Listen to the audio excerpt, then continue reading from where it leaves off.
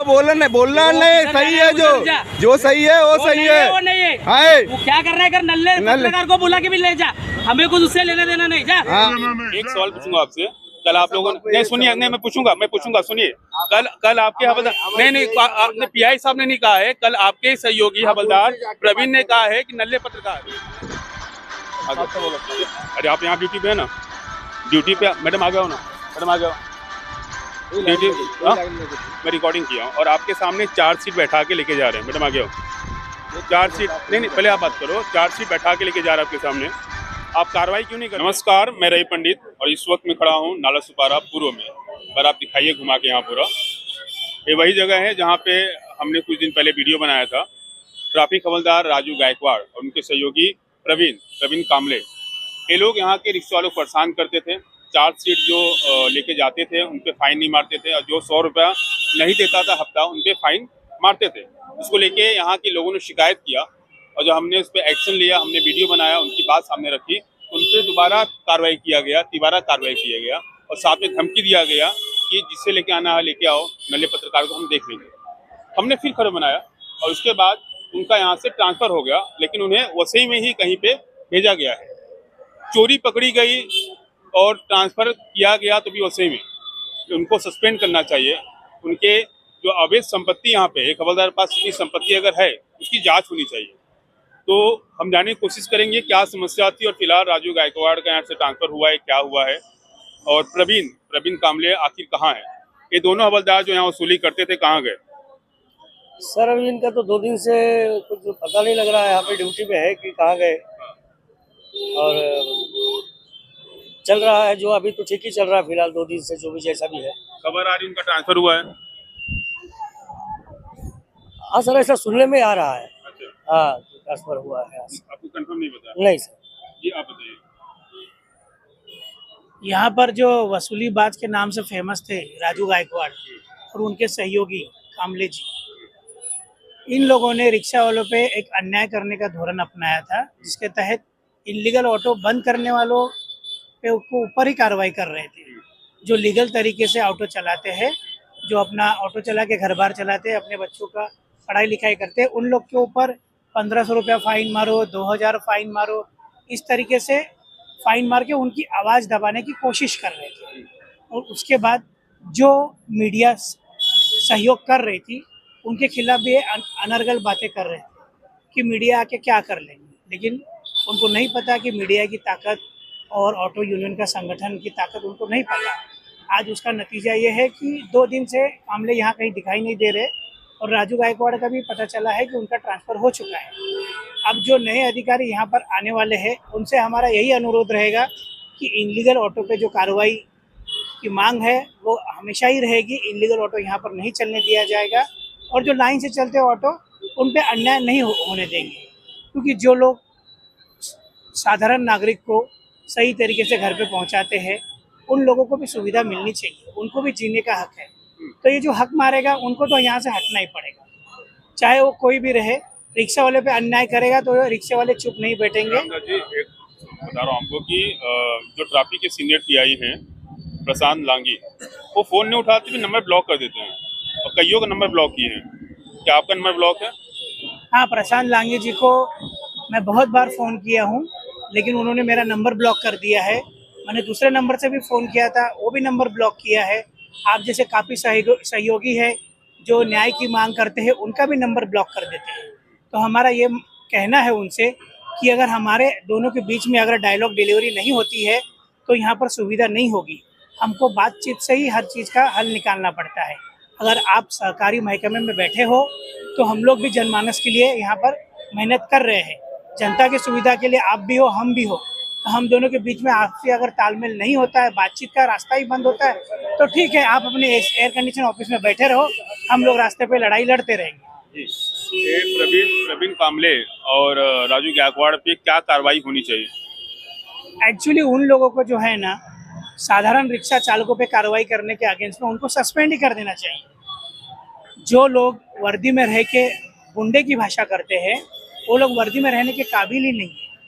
इन लोगों को यहाँ से हटा देना ही उचित है। लेकिन हम लोग ये मानते हैं कि चलो उनका भी घर परिवार है, उनको एक सस्पेंशन देकर उनको भी नोटिस देना चाहिए। लेकिन अगर बार बार ये बात होती है तो इन लोगों को पुलिस के महकमे से हटाना ही योग्य है। इसके पहले हिंगोले साहब थे, कभी लफड़ा नहीं हुआ।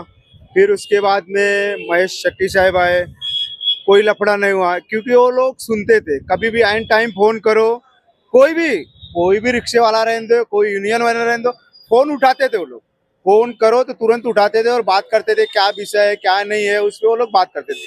लेकिन जब से साहब आए हैं, जिस दिन इनकी ड्यूटी ज्वाइन हुई है नाला सुपारा वसई के अंदर, उसी दिन से पूरा लफड़ा चालू हुआ है। पूरा उसी दिन से पूरा चेक कर लो, जिस दिन इनकी ड्यूटी लगी है उसी दिन से हवलदार को जैसा मिल गया कि इनका सरदार कोई आ गया, कोई सरदार आ गया इनका कि अब हमारा कोई कुछ नहीं कर सकता है। कहने का मतलब उसी दिन से लफड़ा चल। उसके पहले हिंगोले साहब थे, कभी इतना लफड़ा नहीं हुआ, कोई रिक्शे वाले का मचमच कभी नहीं हुआ। उसके बाद महेश शेट्टी आए, वो इतना छूट नहीं दिए थे, इतना छूट वो नहीं दिए थे। उनके ऊपर अगर उनके पास लेटर जाता था, हमारा लेटर अगर गया कि ये कार्रवाई करना है, तो स्वयं आते थे कार्रवाई करने के लिए। महेश शेट्टी साहब स्वयं आते थे रात को कार्रवाई करने के लिए। ये नहीं बोलते थे कि हमें नहीं देखेगा हम क्या करेगा, वो खुद आते थे। तो लांगी जी का क्या? उनको तो अभी तक हमने देखा ही नहीं, इधर आए कभी हमने देखे ही नहीं। तो कहते हैं मैं नल्ले रिक्शा पे कार्रवाई करता हूं। कोई कार्रवाई नहीं है, कोई कार्रवाई है। कार्रवाई किसके ऊपर है? हमारे ओके वाले पे, जो परमिट होल्डर है उनके ऊपर कार्रवाई है। कोई नल्ले को बता देवे, कोई 10 गाड़ी बता देवे कि हाँ ये चीज ऐसा हुआ है, नल्ला रिक्शा और नल्ला जो परमिट है, बगैर परमिट की गाड़ी कोई जमा करके बता देवे, वो खाली 2 दिन में छूटती है। खाली ओके वाले जो है, जितना इन्होंने फाइन मारा है उसकी जांच की जाए पूरी, फाइन का जो भी है, कौन सा अनलीगल फाइन है, कौन से नल्ले रिक्शे पे फाइन मारे और परमिट होल्डर पे मारे, ये पूरी जांच होनी चाहिए। जितना फाइन मारे ये खाली क्या काफी है उतना सस्पेंड? नहीं, इनको सस्पेंड नहीं, इनको ऐसी जगह भेजा जाए कि इनको समझ में आवे कि हम क्या गलती किए है। ये अपना टारगेट पूरा करने के लिए, अपना टारगेट पूरा करने के हमको प्रमोशन मिलेगा, हम इतना काम किए, वो काम दिखाना नहीं, पूरी जांच करो ना कौन सा परमिट होल्डर है और कौन सा अनलीगल है। वो खाली टारगेट करते। मैंने खाली इनका, हमारा मुद्दा खाली मेरा उनका पर्सनल झगड़ा क्या था, उन्होंने वहाँ पे दुकान डाला था राजू गायकवाड़ ने। कौन? राजू गायकवाड़ ने वहाँ पे उनने धंधा डाला था, बांकड़ा लगाया था। तो मैंने पान की दुकान का बांकड़ा लगाया था, तो मैंने तब यहाँ पे उनकी ड्यूटी नहीं थी, तो मैंने मुद्दा उठाया था। आप लोग के न्यूज वाले थे, मेरे को मालूम, उतना ध्यान में नहीं। मैंने ये मुद्दा उठाया था कि आपको ड्यूटी करने पगार मिलती है, तो आपको ये सब करने अलाउ नहीं है। ये गरीब आदमी का काम है, जो गरीब रहेगा वो डालेगा तो चलेगा। गरीब आदमी का अब तुम सब उधर चप्पल का धंधा डाले हो, तो उन्होंने मेरे को क्या बोला था, जब मेरी ड्यूटी इधर लगेगी तब तुमको हम देख लेंगे। और जिस दिन से ड्यूटी लगी उस दिन से हमारी विरार लाइन उन्होंने बंद कर दिया। उसके बाद उसी दिन से हमारे को टारगेट किया गया, और हमारा उनका पर्सनल कोई झगड़ा नहीं था, खाली मैंने उनका मुद्दा उठाया था। यहाँ पे वो धंधा डाले थे, उसी दिन से हमारा उनका लफड़ा हुआ था। उसी दिन वहां पे आके 10 आदमी के सामने बोले, तुम काहे के लिए न्यूज में बोल रहे? अरे न्यूज में जो सही है वही बोलेगा, हमने गलत नहीं बोले। उनकी पगार कितना है? 60 से 70 हजार पगार होगी ना। उनके बाद प्रॉपर्टी कितना है वो जांच किया जाए ना, तब समझ में आएगा कौन। अगर मैं 1 पैसे का अगर गलत झूठ बोल रहा हूँ, मुझे जो सजा देने के लिए तैयार हूँ, मैं जो सजा देंगे मैं तैयार हूँ। अगर वो गलत रहेंगे तो उनके ऊपर सजा दी जाए। उनकी पगार कितना है और उनके पास प्रॉपर्टी कितना है? कितना प्रॉपर्टी हो सकता है क्या? उनके पास प्रॉपर्टी कम से कम 10 लाख की प्रॉपर्टी है, 10 करोड़ की प्रॉपर्टी है, ज्यादा ही होगी, मैं कम बता रहा हूँ। ये सब खून चूस के बनाए हैं, हमारे रिक्शे वाले को खून चूस के। 500 का फाइन मारू कि 200 दे रहा है। बाइक वाले को पकड़ेंगे, रिक्शे में बैठते यहाँ पैसा, बाइक वाले से पैसा कैसा लेते हैं वो लोग? कोई रिक्शा रुकाएंगे, रिक्शे में 2 जन बैठेंगे, बाइक वाला भी बैठेगा और उनका 1 आदमी बैठेगा। यहाँ से जाएगा आदमी 100 मीटर जाएगा और रिक्शे के अंदर पैसा लेके जेब में, आगे जाके उतर जाएंगे, फिर आएंगे, बाइक का चाबी देंगे, लेके जाओ। ऐसी होती है इधर कार्रवाई।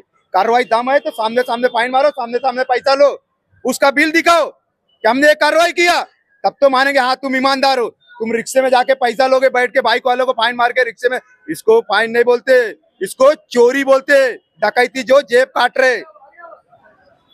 अगर आप वीडियो देखिए तो आपने वीडियो में देखा किस तरह से प्रवीण कामले बात कर रहे हैं, चश्मा लगाए हैं, एयरफोन यहाँ लटका हुआ है, और उनकी जो भाषा शैली है किसी गुंडे से कम नहीं है। और वसूली कैसे कर रहे हैं, तो इनकी वसूली सामने आई। प्रवीण कामले और सहयोगी हवलदार राजू गायकवाड़, जब इनकी वसूली सामने आए तो उनको यहाँ से ट्रांसफर करके किसी और जगह पे भेजा गया है। तो इनको सस्पेंड नहीं किया गया, इन पर उचित कार्रवाई नहीं की गई, और होगी भी कैसे। प्रशांत लांगी जो वसई के नाला सुपारा के सीनियर पीआई हैं ट्रैफिक के, वो किसी का फ़ोन नहीं उठाते। जब उन्हें महसूस होता है कि किसी को उनसे तकलीफ है कोई पत्रकार फ़ोन कर रहा है, कोई समाजसेवी फ़ोन कर रहा है, तो फ़ोन उठाना पहले बंद कर देते हैं, फिर नंबर को ब्लॉक कर देते हैं। प्रशांत लांगी जी, अगर नंबर ब्लॉक ही करना है आपको, तो आपको अपना नंबर जाहिर नहीं करना चाहिए और आप यहाँ की समस्या सुलझा नहीं सकते हैं, तो आपको यहाँ का ट्रैफिक व्यवस्था संभालना भी चाहिए। और मैं सीपी साहब से रिक्वेस्ट करूँगा कि प्रशांत लांगी को यहाँ से ट्रांसफ़र किया जाए, कहीं ऐसी जगह भेजा जाए जहाँ उनको कोई फ़ोन न करे, तो कोई परेशान न करे। यहाँ की जो व्यवस्था खराब है वसी और नाजपारा का ट्रैफिक का, तो उसकी जिम्मेदार सिर्फ और सिर्फ प्रशांत लांगी है। राजू गायकवाड़ और प्रवीण कामले जैसे और भी हवलदार है, इनसे वसूली करवाया जाता है और कहीं ना कहीं इनके पीछे इनके सीनियर अधिकारी होंगे।